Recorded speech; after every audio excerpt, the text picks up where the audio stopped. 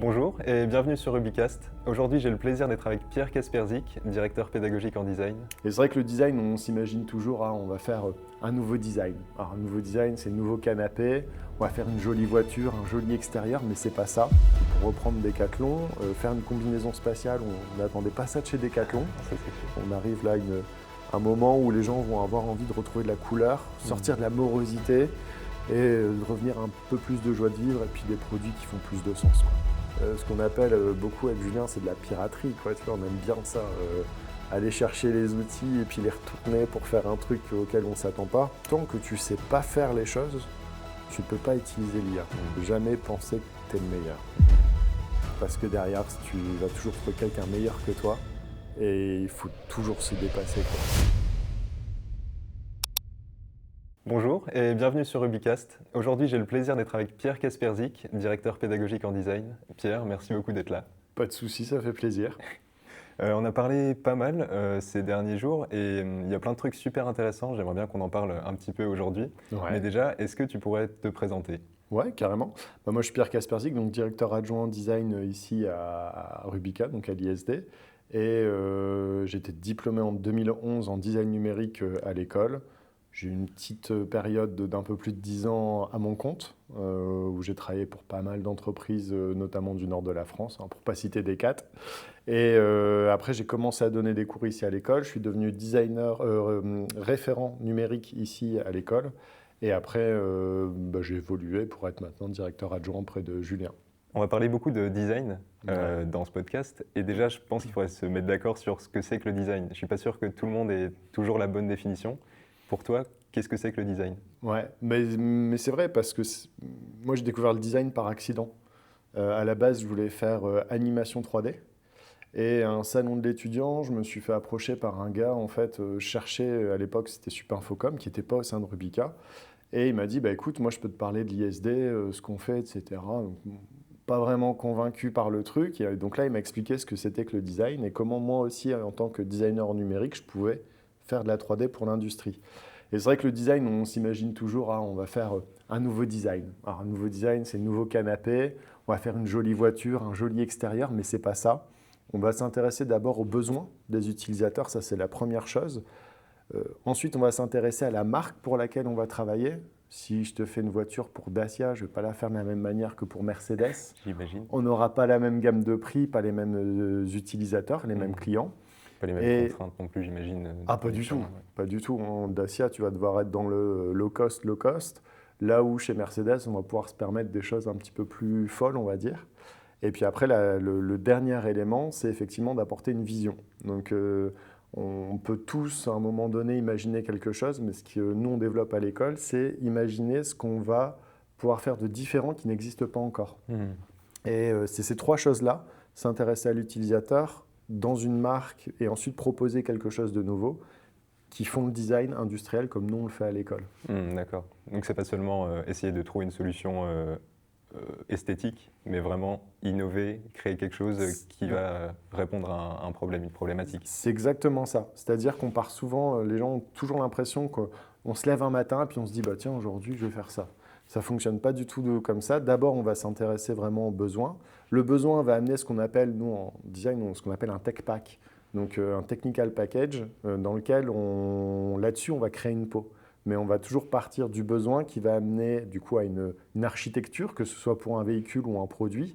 Et derrière, sur ces éléments techniques qui vont être absolument indispensables pour que le produit existe, produit au sens large, derrière, on va dessiner quelque chose qui va effectivement esthétiquement être intéressant et qui va être dans le thème justement du projet qu'on développe. Et donc là, ces problématiques qui sont soulevées, c'est une marque qui va contacter un designer directement ou alors qui utilise ses propres designers et qui leur donne quelque chose? Enfin, comment ça se passe concrètement? Moi, je peux parler de mon expérience peut-être chez Decat. Oui, bien sûr. Chez Decat, tu as des designers intégrés et des designers prestataires. Moi, j'étais presta à l'époque pour Decat. J'ai failli rentrer. D'ailleurs, au moment en fait, où on m'a proposé de rentrer en tant que référent à l'école, j'avais une proposition pour Decat la même semaine. J'ai dû choisir. J'ai choisi l'école. Et je regrette absolument pas. Mais effectivement, en fait, c'est selon les besoins. Tu vas avoir des designers chez les marques qui vont travailler généralement sur des projets au long cours Et puis, à des moments, tu vas avoir des besoins vraiment pressants pour faire une créa ou pour faire un développement, des choses comme ça. Et là, à ce moment-là, on va aller chercher des designers externes. Mais effectivement, après, sinon, ouais, ça se passe au sein des bureaux de design. Et en fait, on peut distinguer 3 types de design. Tu vas avoir le premier, c'est le redesign. En gros, si on prend l'exemple de Decathlon, ils ont une paire de chaussures et ils veulent faire la nouvelle collection de l'année suivante. Ils vont prendre celle qui existe et faire un redesign. Après, tu vas avoir le design nouveau, en fait, un nouveau produit qui va sortir. Là, à ce moment-là, on va vraiment être dans l'exploration, on va aller chercher des choses, tenter des choses. Et comme on l'a vu très récemment, pour reprendre Decathlon, faire une combinaison spatiale, on n'attendait pas ça de chez Decathlon. Non, ça c'est sûr. Et au final, bah, c'est ce qu'ils ont fait. Et là, on est vraiment dans l'exploration. Donc, ce que nous, on travaille beaucoup à l'école, les projets vision.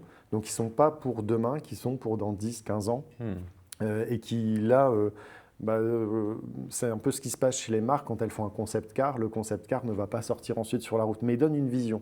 Donc il y a vraiment ces trois axes-là qui sont développés chez toutes les marques. Oui, d'accord, je vois. Et est-ce que, je ne sais pas si tu peux en parler directement, est-ce que tu peux donner des exemples de produits que toi, tu as designés? Ouais, mon plus gros banger que j'avais fait quand j'étais chez Decat, c'était le vélo Woonie. Qui était sorti en magasin, qui est resté, je crois, pendant 5-10 ans sur les rayons. Et en fait, c'était une draisienne pour enfants qui se transformait en vélo. Ok.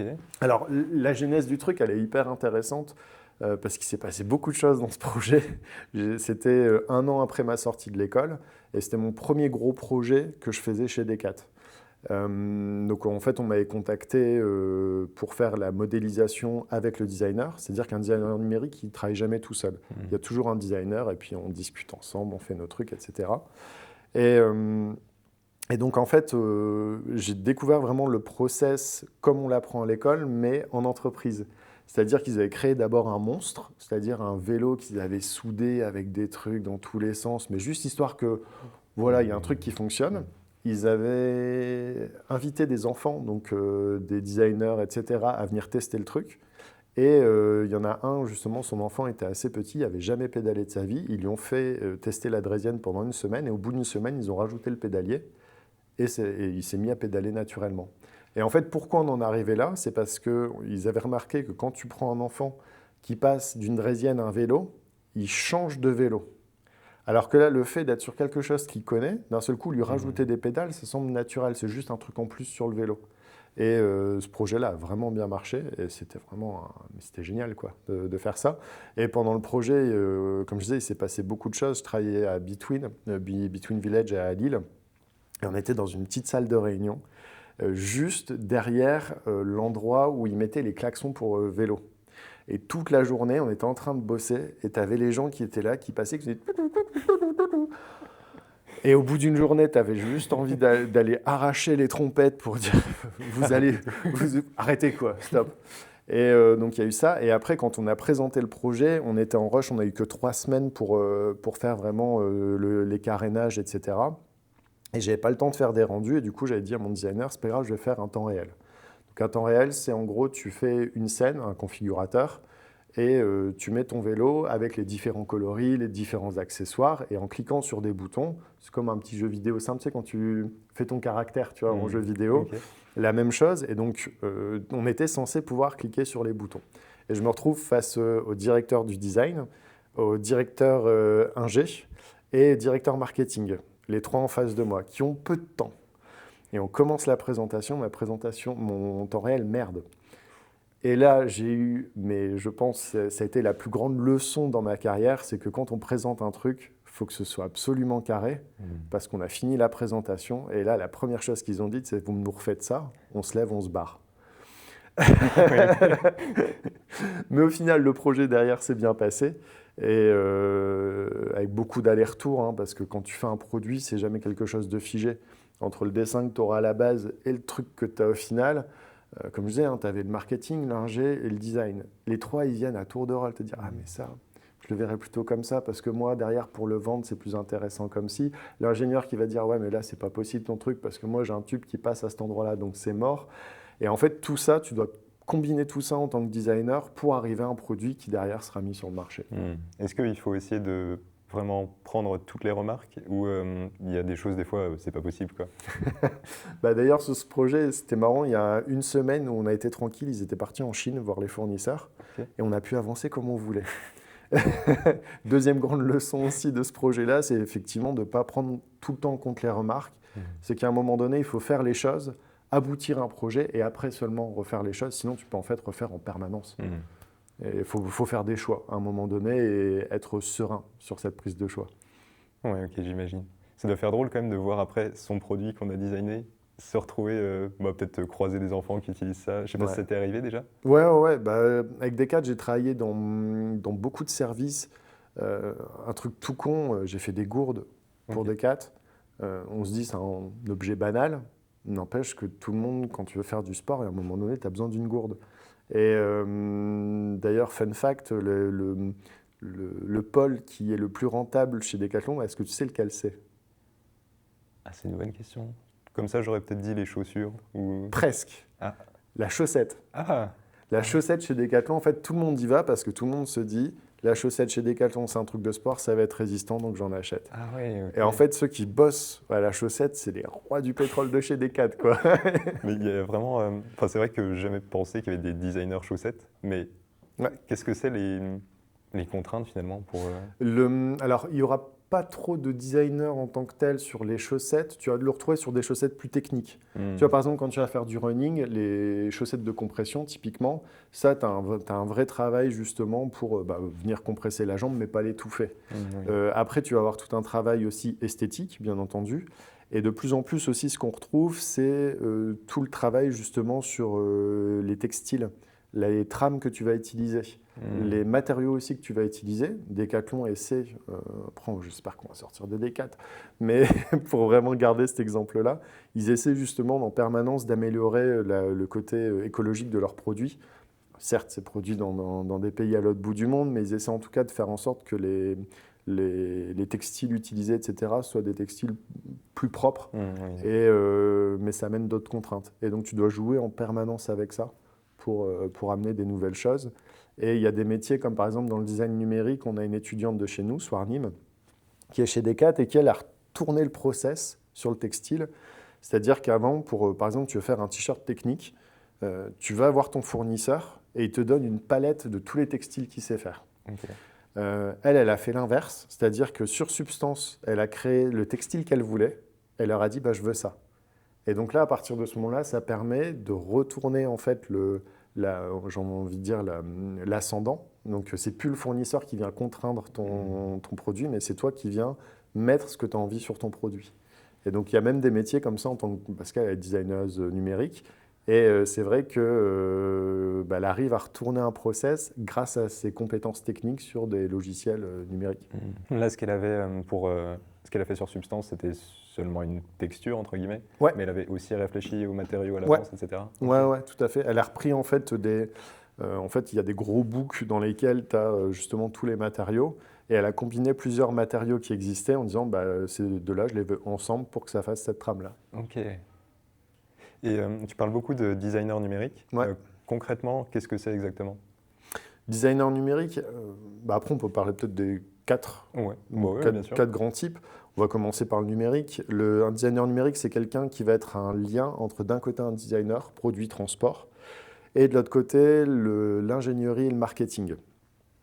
Pourquoi ingénierie et marketing? Parce que entre le designer qui va imaginer quelque chose, qui va le dessiner, parfois il faut aussi un peu de 3D. Derrière, tu dois transformer cette 3D en quelque chose de réaliste. Typiquement, quand je bossais avec la fille de chez Decathlon, on devait intégrer les mousses dans les semelles, etc., les différentes mousses, parce qu'elles ont des compressions différentes.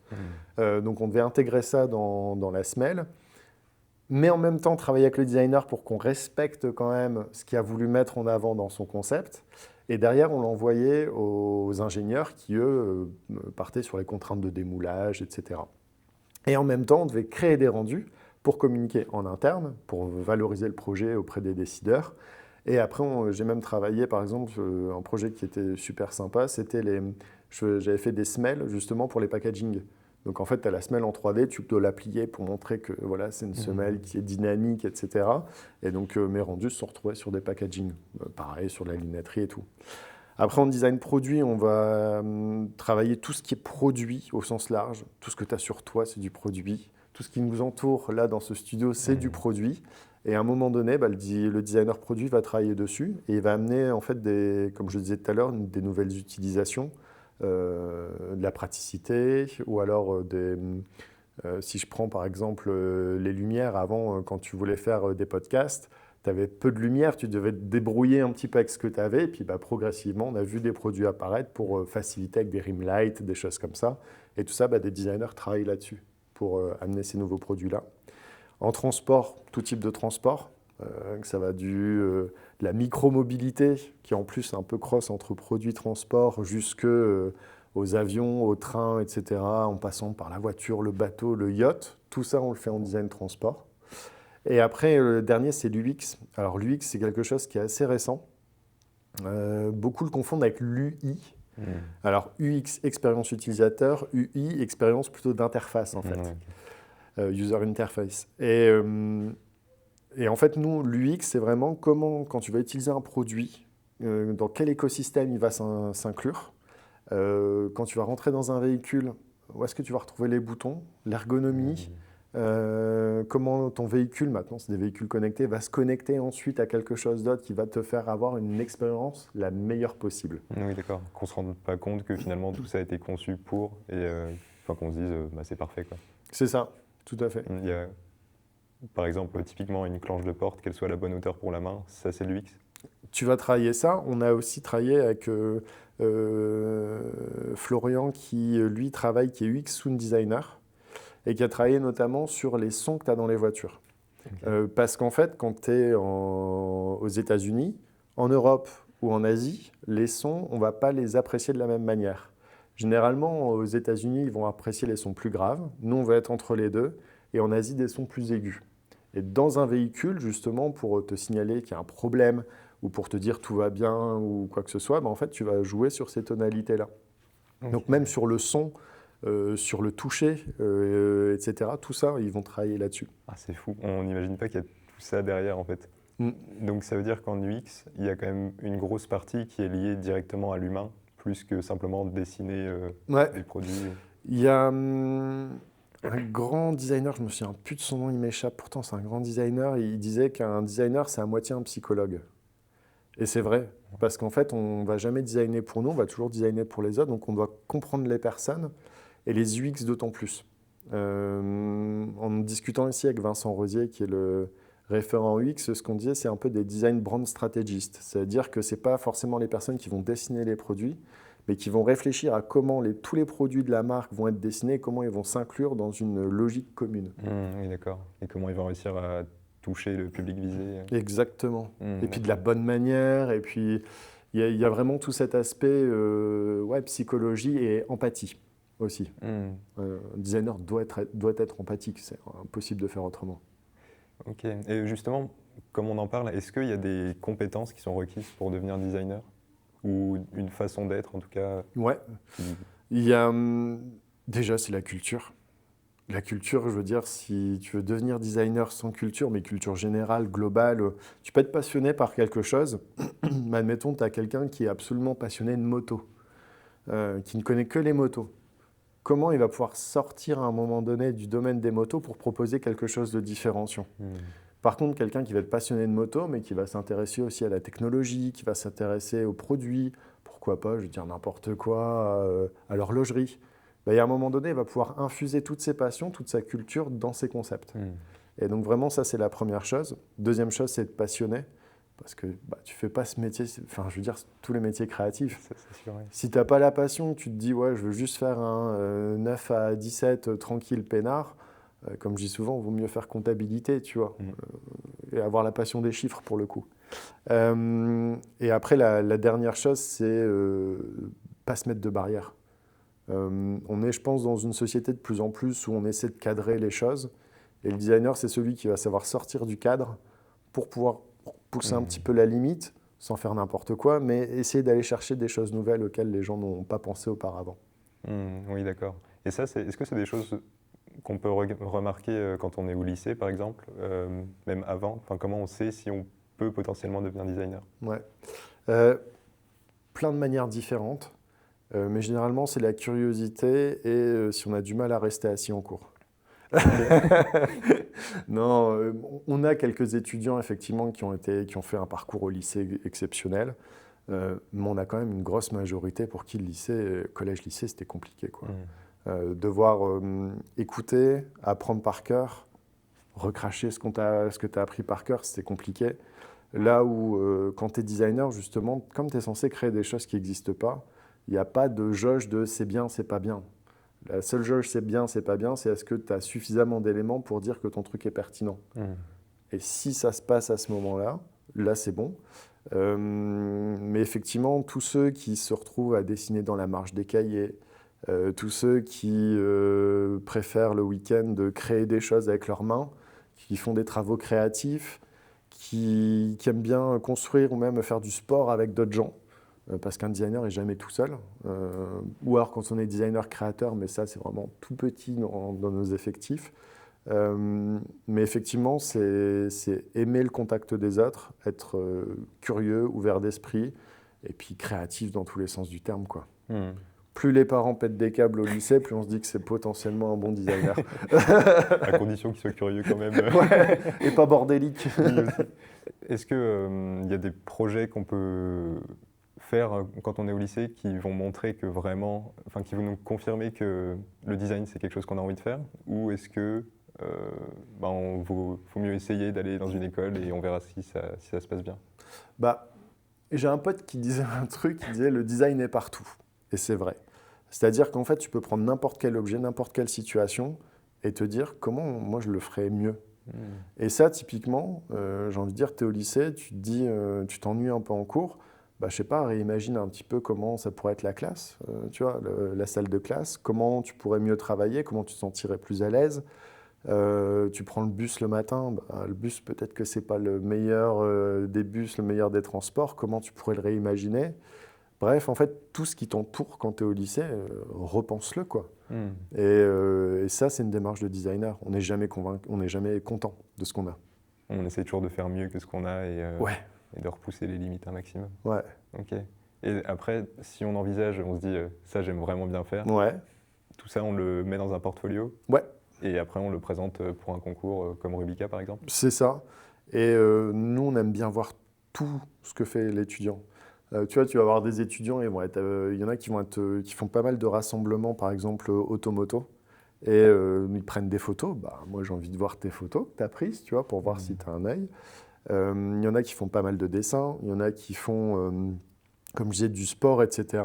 Et en fait, nous, quand on passe l'entretien à l'école, on aime bien voir la globalité du candidat. Parce qu'en fait, tu peux avoir quelqu'un qui va être super doué, mais qui ne va pas savoir communiquer avec les autres. Et pour nous, ça, c'est important. Et c'est pareil dans des studios, même des grands studios. Si on prend par exemple Apple, leur philosophie, c'est on ne va pas prendre les meilleurs, on va prendre ceux avec lesquels on va le mieux bosser. Et c'est exactement la même chose ici à l'école. Notre but, c'est de créer à chaque fois des promos où tout le monde s'entend bien, dans la mesure du possible. On ne peut pas aimer tout le monde, mais en tout cas dans une bonne intelligence, et qui vont vouloir travailler, progresser tous ensemble. Donc on fait très attention à ça chez les candidats qui rentrent. Oui, d'accord. Vous passez vraiment au peigne fin, tous les candidats. Ouais, alors on passe pas au peigne fin, mais ça se fait surtout, nous, c'est au moment de l'entretien. Il y a beaucoup de choses en fait qui se passent. Puis moi, ce que je dis toujours, j'aime bien le regard pétillant. Quand je vois qu'il y a un étudiant qui a un regard pétillant et qu'il en dit moins que ce qu'il pense, c'est là où je me dis, toi, je t'aime bien. Du coup, tu essayes de pousser un peu. Ouais, je pose des questions à ce moment-là. Et tu vois qu'ils sont vachement riches. Et parfois, sur un portfolio, on va s'arrêter juste sur 2 pages alors qu'il y en a 100. Mais parce que, voilà, on a une bonne conversation et puis ça se passe bien. Et puis là, on se dit, toi, je te veux dans mon équipe. Tu sais, tu voudrais le fauteuil qui se retourne, toi. C'est ça. Il y a vraiment des gens qui arrivent avec 100 pages de portfolio? Ouais, j'ai déjà vu des gens arriver, ceux notamment qui font des bacs plutôt orientés art. Oui, là, ils ont beaucoup de choses à montrer. Ils ont beaucoup de choses à montrer. Mais même ceux qui en font pas, tu vois, ou même des gens qui sont venus déjà avec... Il y en a un qui est venu avec sa planche de skimboard parce qu'il avait fait un graphe dessus, quoi. Okay. Mais c'est génial. Oui. Et celui-là, tu sais, il te marque. Après, tu te dis, c'était bien sympa ce moment d'échange. Et puis, tu vois que derrière le graphe, en fait, il y a d'autres choses, il y a une autre créativité. Enfin, voilà, c'est... Ça en dit long sur la personne, Ouais. avec un seul projet. Ah carrément. Donc si on peut, autant ramener directement les objets qu'on a créés Ah oui, sur oui, place. oui, oui. Bah, d'ailleurs, il y en a un qui est à l'heure actuelle en quatrième année, ouais, c'est Gaspard.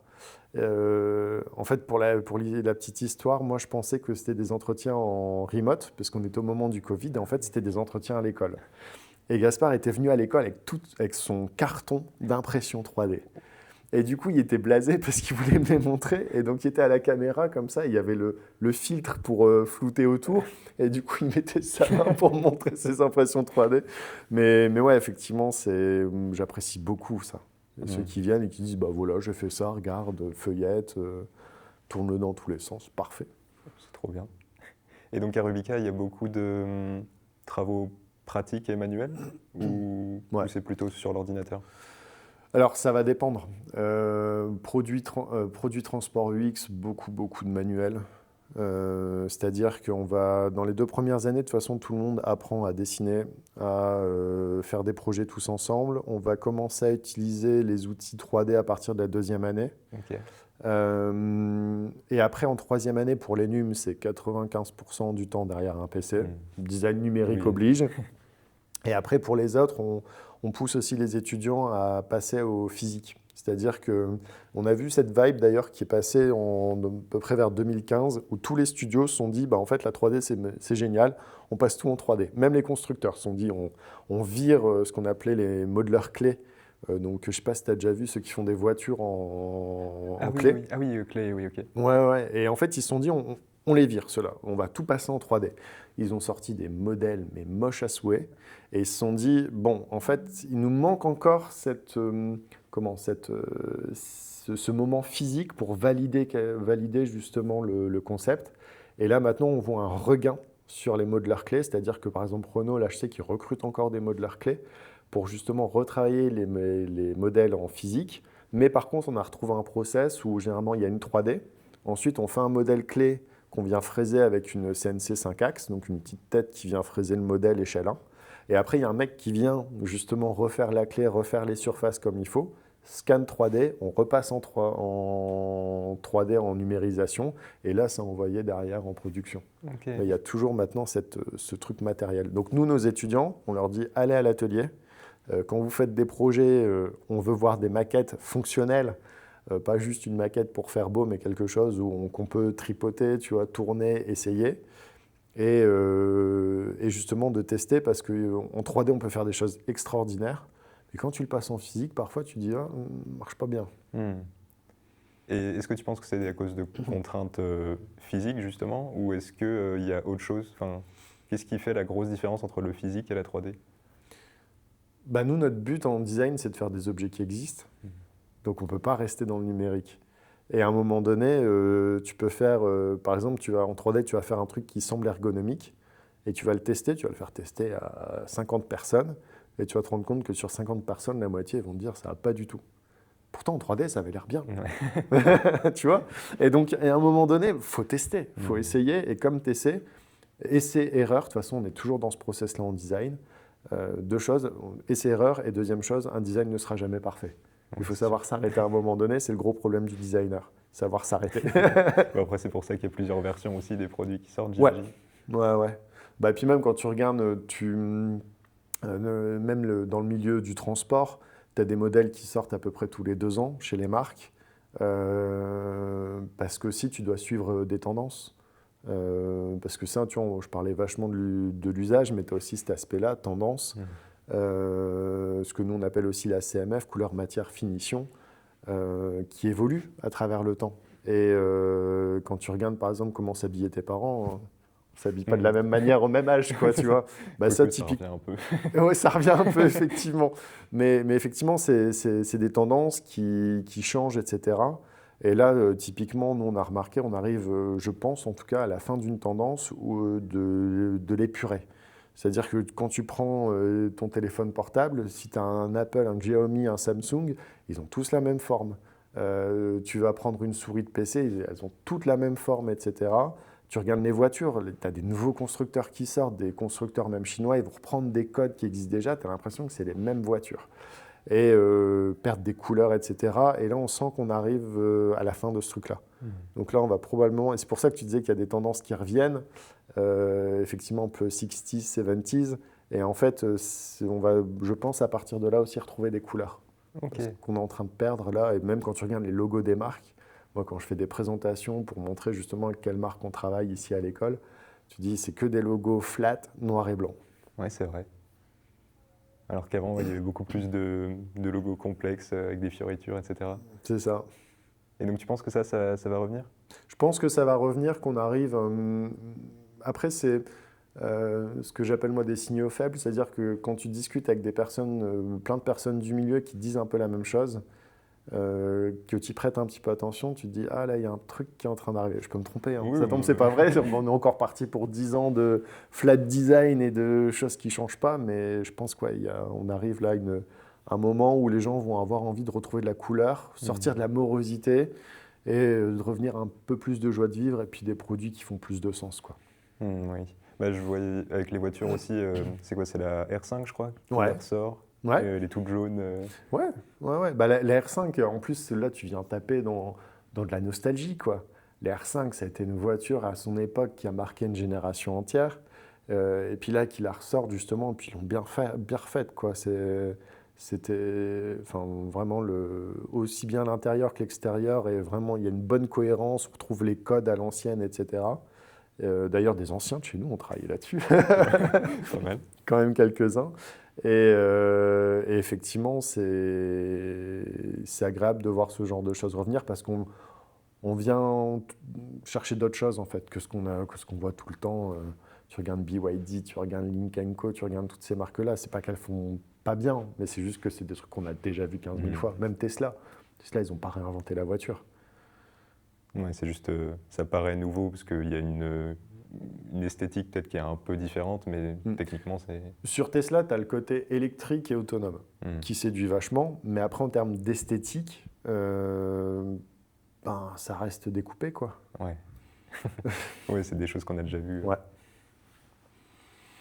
Et donc à Rubika, est-ce que pour les étudiants, vous essayez de leur faire apprendre ces tendances justement, ou est-ce que c'est quand même quelque chose de fondamental dans le design que vous leur enseignez, peu importe les tendances qu'il y a autour?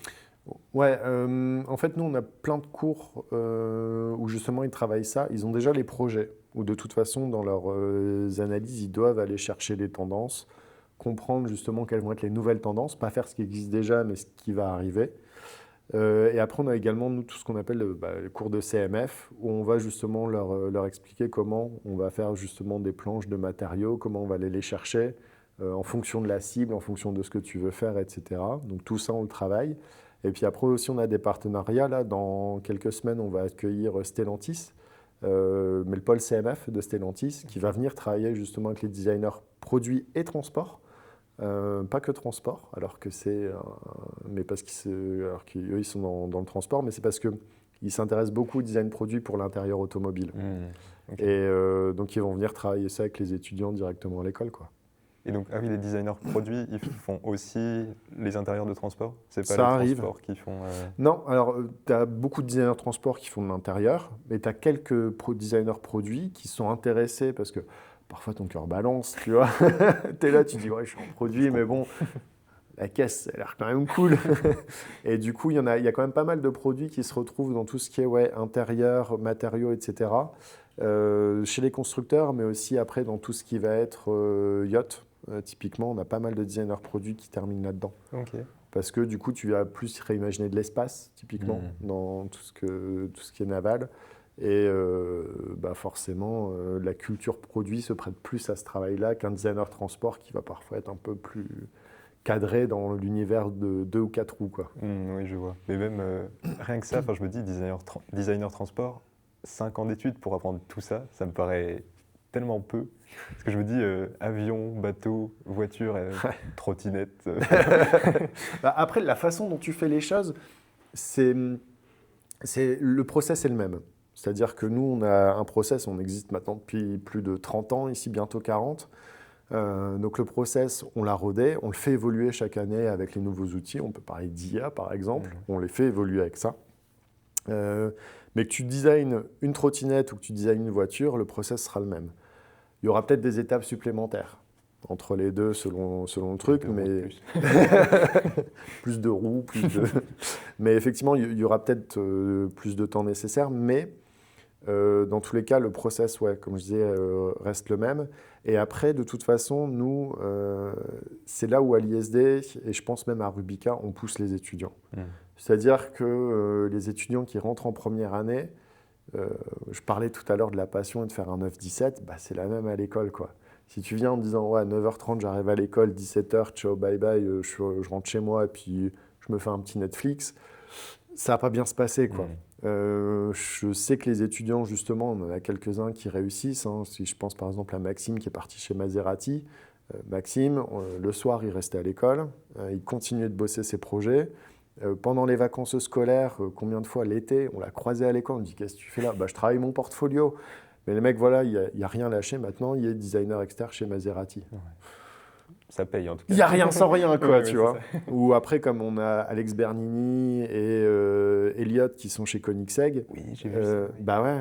Et en fait, Alex et Elliot, des bûcheurs, quoi, tout le temps. Ils savaient s'amuser aussi, attention. Ouais. Je veux dire, ils ont eu quand même pas mal de soirées aussi étudiantes où ils se sont fait plaisir. Mais le truc, c'est qu'ils étaient focus sur le travail pendant 5 ans. Et comme je dis souvent aux étudiants, pendant 5 ans, c'est hard. Parce que nous, on pousse là, mais quand tu arrives en entreprise, tu reviens là. Et du coup, c'est facile quand tu arrives en entreprise. Et le retour qu'on a justement des entreprises à chaque fois, c'est ce qui est super agréable avec vos étudiants, c'est qu'on n'a pas besoin de leur dire ce qu'ils doivent faire. Et ils bossent super bien, quoi. Ouais. C'est normal parce qu'ils sont habitués à beaucoup plus. Puis j'imagine qu'il y a les mêmes outils, les mêmes logiciels, etc. Ouais. Ouais. Ça, c'est un vrai plus, oui, c'est sûr. Ouais. Et est-ce qu'il y a beaucoup d'échanges avec les entreprises pendant le cursus? Tout le temps. Tout le temps? Tout le temps.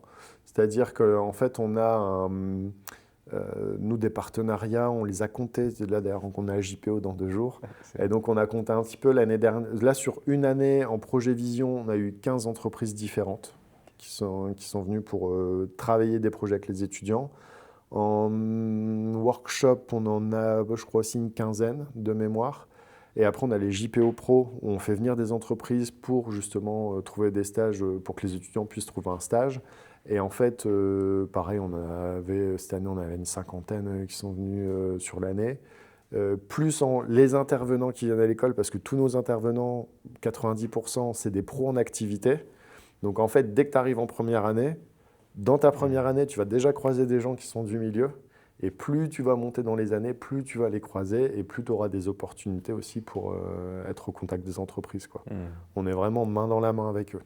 Ouais, ça c'est bien. Puis j'imagine que ça simplifie aussi pour faire des stages par la suite. Ouais.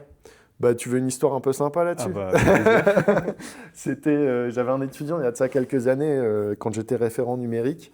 Lui, il était absolument sûr qu'il voulait faire de la modélisation.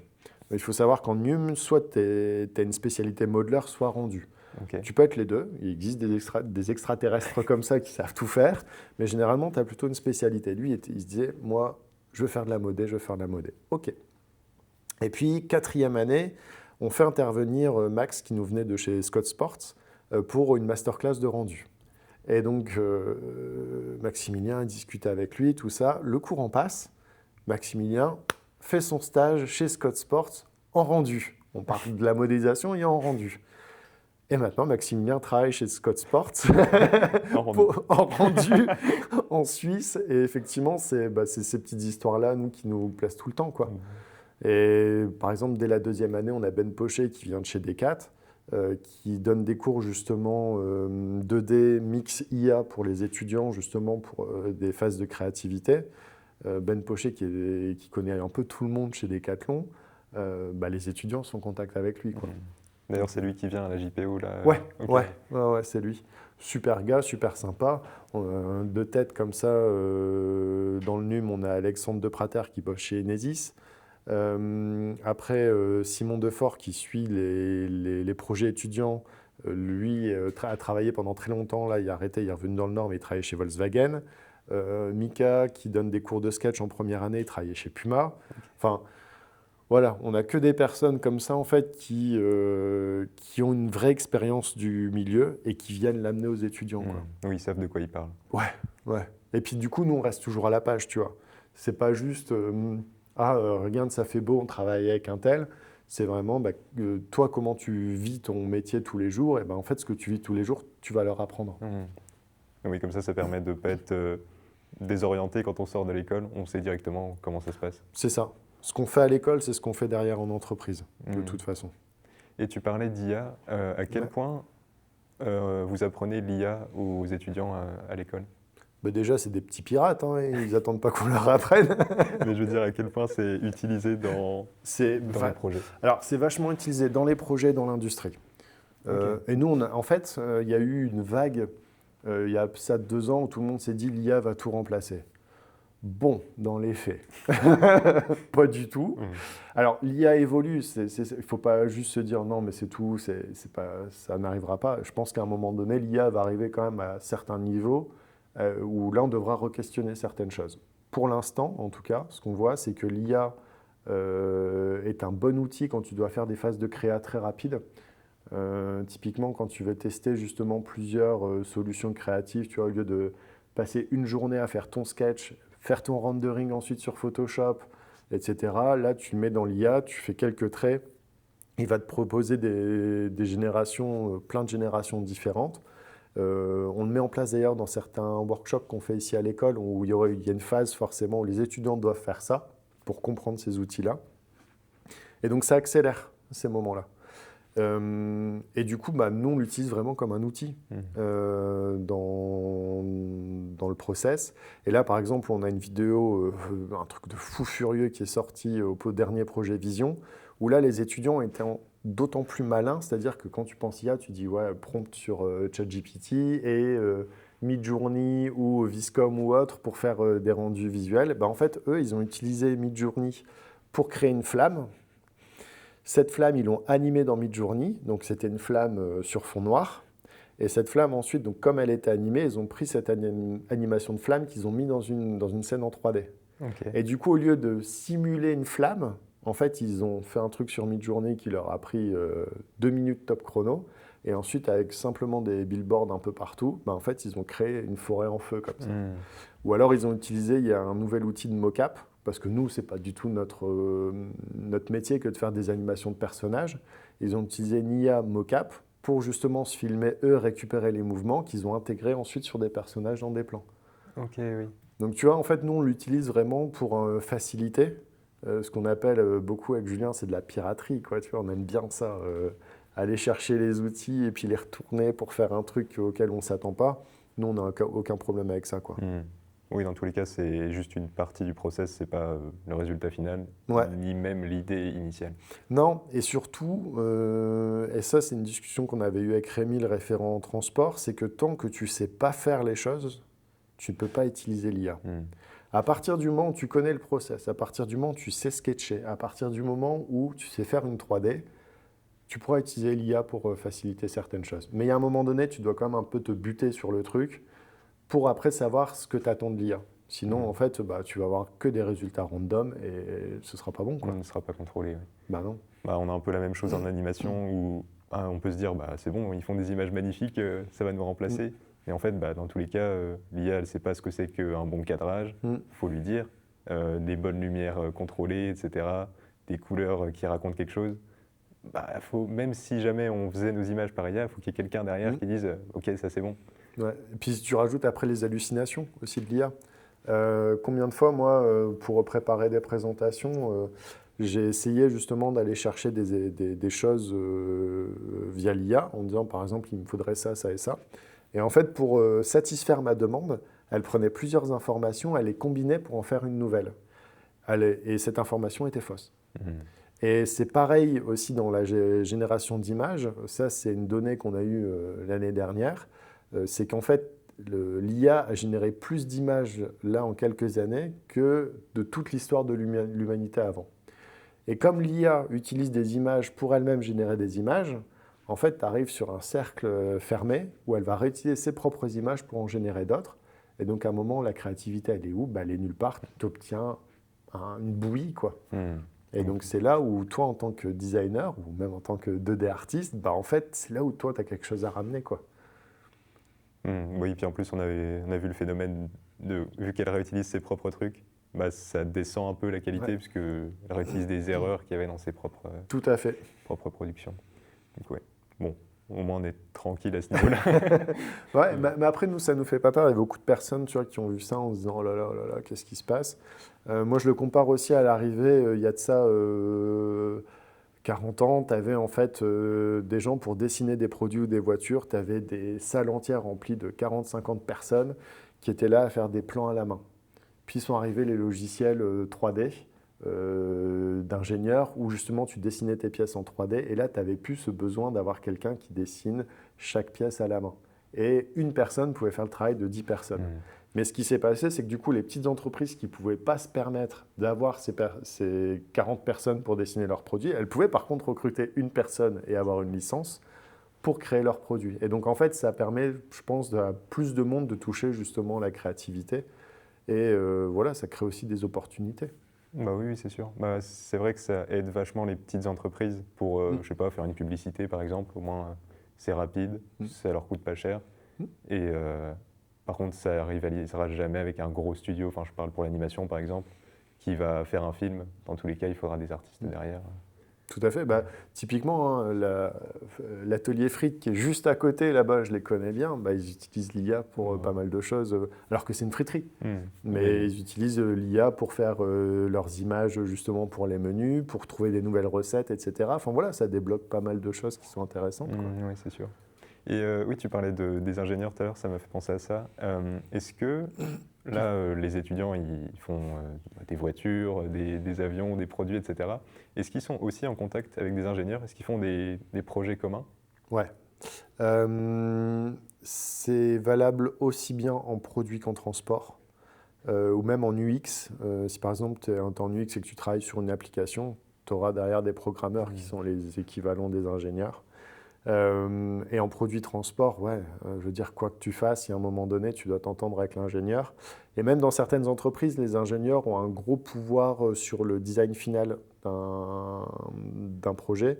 Typiquement, dans le transport, tu vas avoir en fait, les designers vont recevoir un package technique fait par les ingénieurs. Et pour bouger le package technique, il faut te lever tôt, tu vois. Donc tu vas vachement être contraint par ce qu'ils te donnent. Et typiquement aussi en design numérique, par exemple, je ne sais pas si tu as déjà vu une jambe de voiture. En fait, ouais. Est-ce que tu imagines la complexité que c'est que de démouler une jambe de voiture? Ah, c'est vrai que j'ai jamais pensé à ça. Bah, nous, on doit y penser.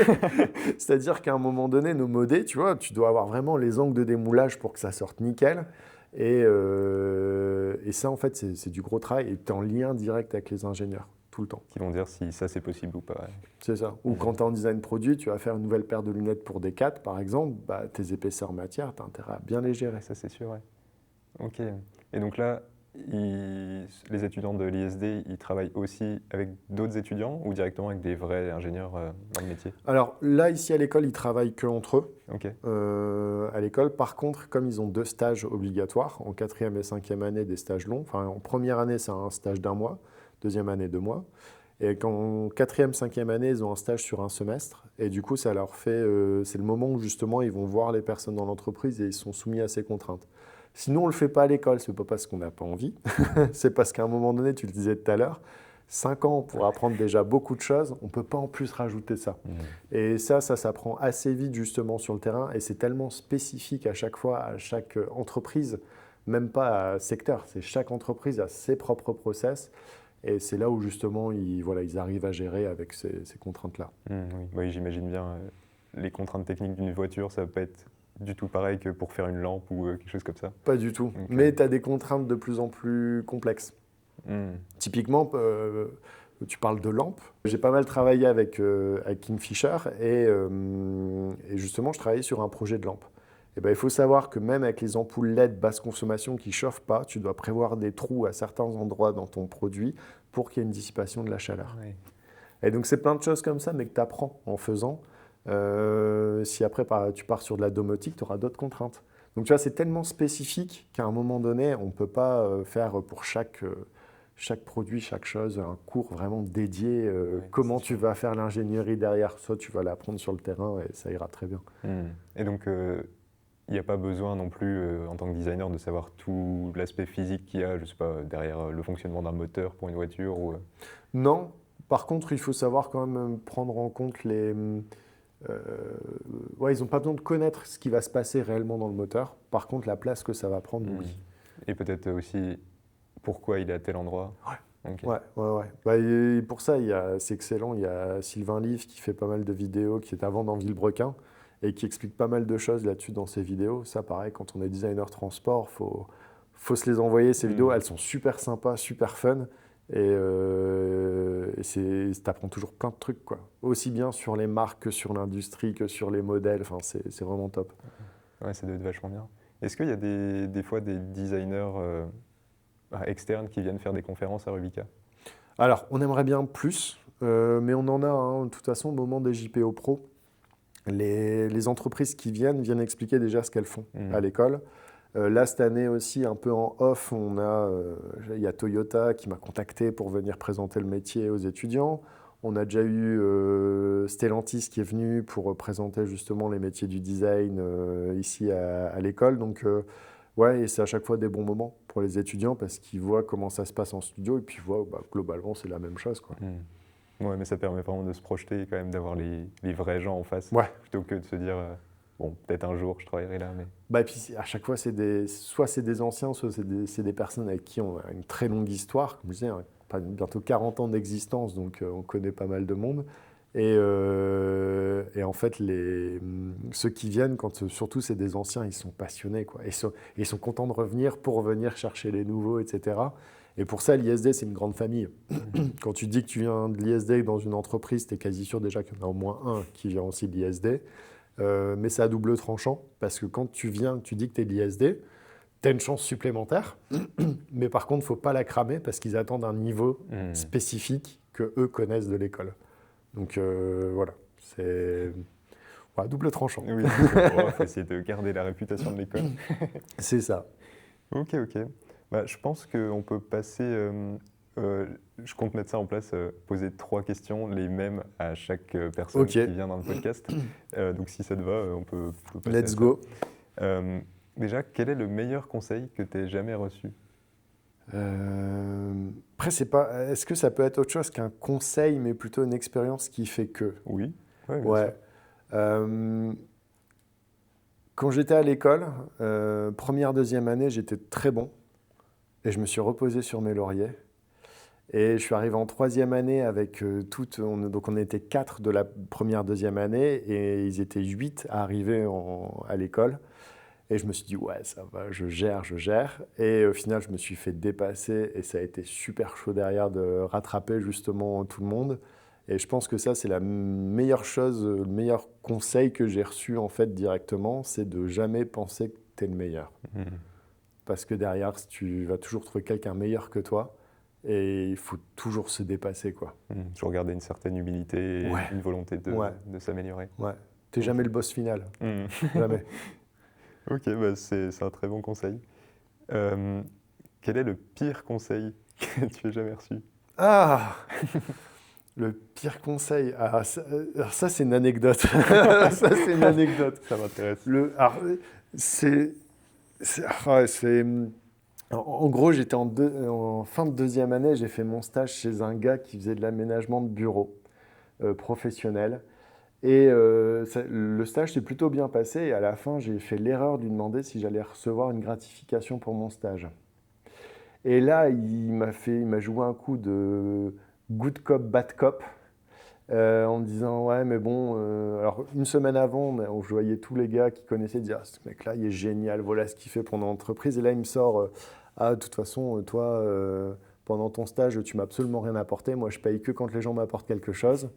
Et et juste après, mais vraiment quasiment dans la même phrase, il dit mais regarde, le midi je t'ai autorisé à manger dans l'entreprise, chose qui est obligatoire. Et il me dit, mais de toute façon, une chance comme ça, tu n'en auras pas deux dans ta vie d'avoir travaillé pour moi. Et je crois que c'est le pire conseil qu'on ait pu me donner à ce moment-là. Et en fait, ce gars-là, il me proposait de revenir un mois gratos chez lui. Et j'ai dit non. Oui. J'ai dit non. Et voilà. Donc ça, je crois que c'était le pire conseil qu'on ait pu me donner, c'est de faire croire qu'une entreprise est absolument géniale avec toi. C'est faux. Pour le coup, lui, l'humilité, il ne l'avait pas. Non, je ne connaissais pas. Ok. Et dernière question, est-ce que tu as des inspirations Qu'est-ce que c'est tes plus grandes inspirations du moment ou même qui t'ont poussé à faire ce métier?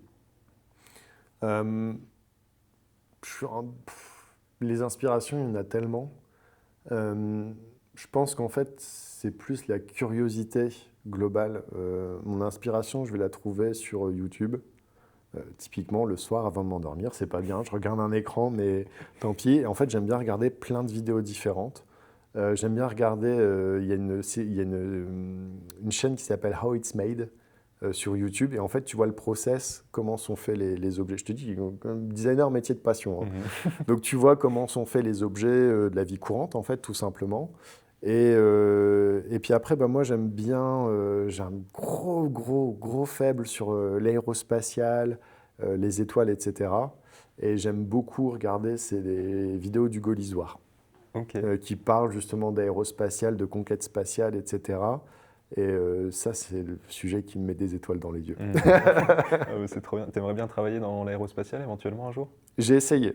Ok. J'ai essayé quand j'étais free et c'était juste avant d'arriver à l'école. Et j'avais commencé à trouver des bons contacts avec des personnes qui justement étaient dans ce qu'on appelle le New Space maintenant. Et ça commençait à se débloquer. Puis après, je suis arrivé à l'école. Et puis, avec le travail que tu as ici, tu peux pas courir après 2 lapins à la fois, quoi. Non, ouais, c'est Donc, sûr. j'ai choisi d'être à l'école. Mais je vois que il y a pas mal de choses qui se débloquent. Et puis, on voit que l'accès à l'espace maintenant est facilité. Et je ne serais pas étonné de voir dans quelques années des idées d'hôtels dans l'espace, etc., fleurir à droite à gauche. Ok. Et ça te plairait de travailler là-dessus éventuellement? Oh, Ouais. propose-moi ça, je démissionne direct. Désolé Stéphane. Ok. Ouais, c'est génial. C'est sûr, l'aérospatial, c'est quelque chose qui m'intéresse vachement aussi. Enfin, au départ, j'étais parti dans les études d'ingénieur pour faire ça. Ouais. Et finalement, j'ai bifurqué vers l'animation. Et je regrette pas du tout, au contraire. Enfin, c'est trop bien, mais c'est quelque chose quand même qui me met des étoiles dans les yeux aussi. Enfin, c'est le cas de le dire. Ouais. Mais- Puis il y a tellement d'ouverture et de possibilités là-dessus. Et puis moi, tu me parles, enfin, tu vois, tu mets les deux, tu mets le mec qui aime bien ça et le designer. Et le designer, il se dit, mais il y a tellement de choses à faire. Il y a tout à inventer là pour le coup. Mais c'est ça. Et donc ouais, je pense que c'est quelque chose qui permet plein de choses impossibles actuellement, mais l'impossible pourrait devenir possible. Et ouais, ça je sais que c'est mon petit bonbon quand j'ai le temps. C'est trop bien d'avoir ça. Bon, écoute, merci beaucoup. Pas de soucis, c'était cool. Bah ouais, franchement, c'était très bien. Merci beaucoup d'avoir écouté ce podcast. Déjà, merci aussi d'avoir voté pour le nom Rubicast. On a fait un vote sur Instagram et quasiment à l'unanimité, c'est le nom qui a été choisi. Donc merci beaucoup. Vous pouvez retrouver les épisodes précédents sur Spotify et Apple Podcast, YouTube aussi, évidemment. Et je vous dis à la prochaine. Merci encore Pierre. Et salut. Allez, à bientôt.